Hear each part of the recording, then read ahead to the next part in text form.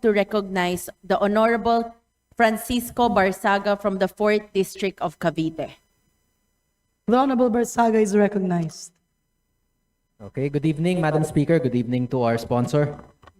May I ask first, how much is the 2025 budget that was passed last year, and how much is your proposed budget for this year, for next year?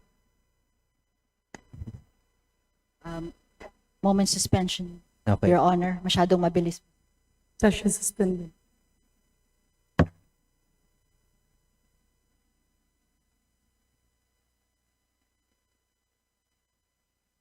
Balita.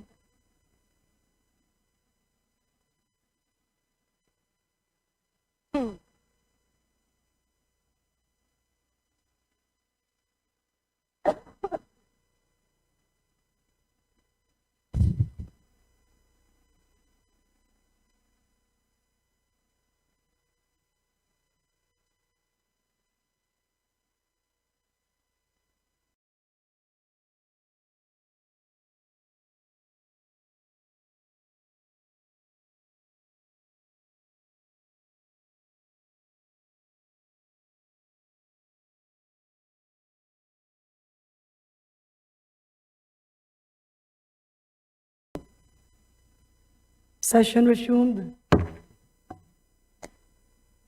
Madam Speaker, Your Honor, if you are asking for the budget for 2026, it's 2,714,679.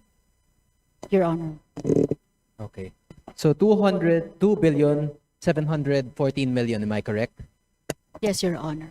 That is, how much of an increase is that relative to the 2025 budget that was passed? That is 20% less, Your Honor. 20% less. So that means the budget that was passed in 2025 is around 3 billion. Is that correct? Yes, Your Honor. Okay.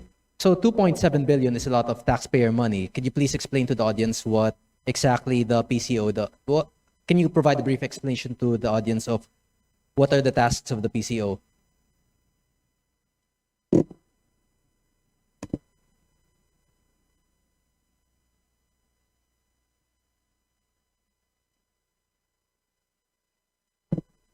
Your Honor, the PCO is the President's arm in promoting transparency and accountability in his policies, as well as, they serve as the window to show his most important future plans.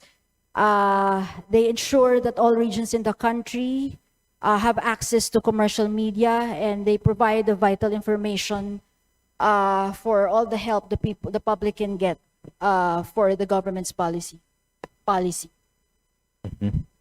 So is it purely for domestic or also for international purposes? For both, Your Honor. For both. Okay. And as you previously mentioned in one of the previous interpellators, there is a need for the budget due to ASEAN. What exactly will you be doing there? We are gunning for a seat, a non-permanent seat, because a UN Security Council seat, we could gain substantial influence by participating directly in decision-making in pressing global issues. We can the country can have a platform to advance its foreign policy objectives and promote our national interests within the global security framework, which is very, very important for the issues we face now, Your Honor. So the purpose of it is for the UN Security Council seat. Will it be done through ASEAN? No, magkaiba yun, Your Honor. Of course, we will use the ASEAN, of course, to put us in a good light, in a way, to justify. Of course, if we are put in a good light, it is in a form of like a public relations, so we can showcase to the world why we should be nominated and elected for a seat in the UN Council, Your Honor. So the ASEAN is the necessary initial step in our country's publicity on the international stage, which would lead to a higher chance of getting the UN Security Council seat.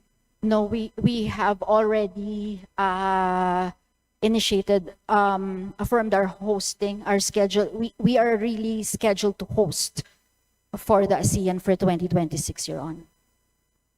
And on what basis are you stating that hosting the ASEAN would increase our chances of getting a UN Security Council seat? Sorry, Your Honor, can you repeat your question?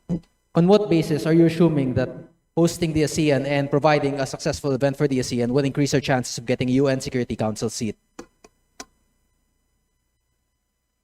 There's no assurance, complete assurance, Your Honor, if that is what you're asking.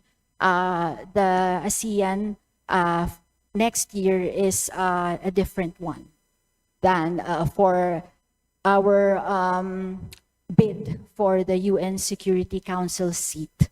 We are just putting our country in a good light, of course. Hindi naman po maganda na hindi rin po tayo being the host of the ASEAN in May. Hindi rin po maganda na hindi naman po natin ilalagay ang sariling atin in the best possible light. Po, Your Honor. Okay, but my question still remains, is the budget for the ASEAN or for the purpose of securing a UN Security Council seat? Your Honor, it's mostly ASEAN po. Sa ASEAN po, yung budget po ng PCO, Your Honor. So the potential of securing a Security Council seat is only speculation, it's only a bonus if ever we were to succeed. Magkakasama po sila. Of course, again, it's no guarantee. Bid lang po natin yun sa yung UN Security Council non-permanent seat, Your Honor.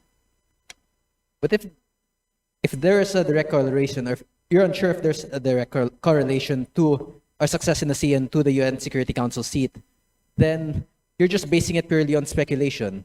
You cannot base such a large budget of 2.7 billion on speculation whether or not we would get the UN Security Council seat. With the indulgence of the Honorable Kiko Barzaga, if he may allow me, just to align everything. I believe the sponsor mentioned the total budget of the PCO, including its attached agencies and corporations, and that's the more than 2 billion. Can the distinguished sponsor confirm this?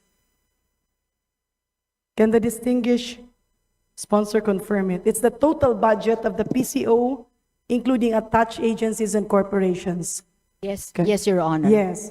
However, incorporated in the budget, as the concern of the Honorable Barzaga has stated earlier, is a budget for the ASEAN. Does this mean that the Philippines is hosting ASEAN meetings and gathering? Yes, Your Honor. We have 167 clusters of meetings for the ASEAN. Okay, so and that for would that, be just for to the bulk. clarify the Honorable Barzaga's question, how much within the budget of the PCO will be allocated for the ASEAN? Maybe a ballpark figure. And am I correct, Honorable Kiko Barzaga? That's the contention that you would like to pursue. Yes, so the problem here is creating a budget based on speculation. If one of our goals is the UN Security Council and ASEAN is just a speculative case for that, or for our chance of getting a seat in the UN Security Council, then the portion intended for ASEAN is just based on speculation. Well, with the indulgence of the distinguished sponsor, actually the ASEAN is a different entity. The UN Security Council is a seat that every country aspires, but there's no corresponding budget for that. The ASEAN is a platform where all governments can talk to each other, lobby with each other, and put forward the interests of our country above our neighboring ASEAN countries. Distinguished sponsor, please That is proceed. correct. For clarity, the Deputy Speaker has clarified everything, Your Honor. Okay, so it is completely separate that our purposes for hosting the ASEAN is not directly connected to our desire for a UN Security Council seat. Am I correct? Can you repeat that again, Your Honor? Sorry. Our purposes and our budget allocation for the hosting of ASEAN is not directly connected to our desire for a UN Security Council seat. That is correct, Your Honor. Okay. That is a different occasion, Your Honor. It's a different. Okay. What percentage of the PCO proposed budget would be spent on ASEAN?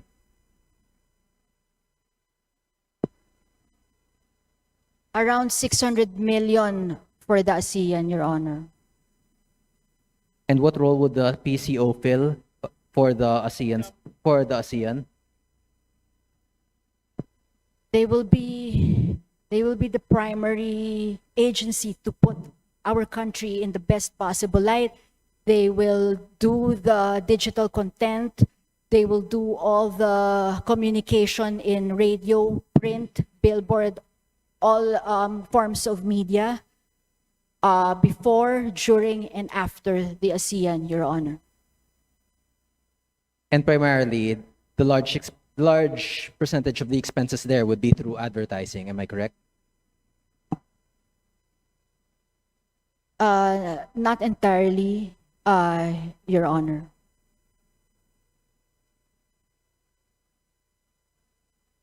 What percentage would be through allocated to advertising for the ASEAN?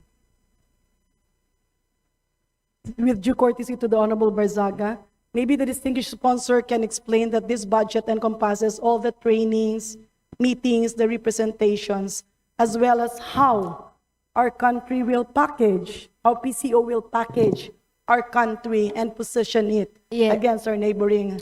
Yes, Your Honor, we will have all kinds of meetings, clustered meetings, and it will really entail a lot of expenses, professional services. We have our representation expenses. International media will come in. International media centers will be put up, so that will constitute the bulk of all that expense, Your Honor. So we will also be paying for the expenses of international media arriving here. Your Honor, we will be the hosts, so it's automatic that we will, of course, be as the hosts. We will have to do Just- expenses for that. And how much are we expected to spend on that? As was said, Your Honor, as I mentioned, advertising expense, representation expense, media clusters, a lot of media cluster groups will be conducted. International media will come in. Those kinds of things, Your Honor. Just to clarify, the international media coming in are guests. We don't pay for them, we don't spend for them, but we provide food for them. This is that And- the For the International Media Center, Deputy Speaker, and Your Honor. so basically the ASEAN is a platform to put forward all the interests of our country, including collaboration. And we laud the distinguished sponsor. Yes, Your Honor. Yes, Your Honor. The Deputy Speaker has put some clarity in all that, Your Honor. Okay, thank you. That would be all. Thank you, Madam Speaker, and thank you to our distinguished sponsor. Thank you, Your Honor. Thank you very much, Majority Leader.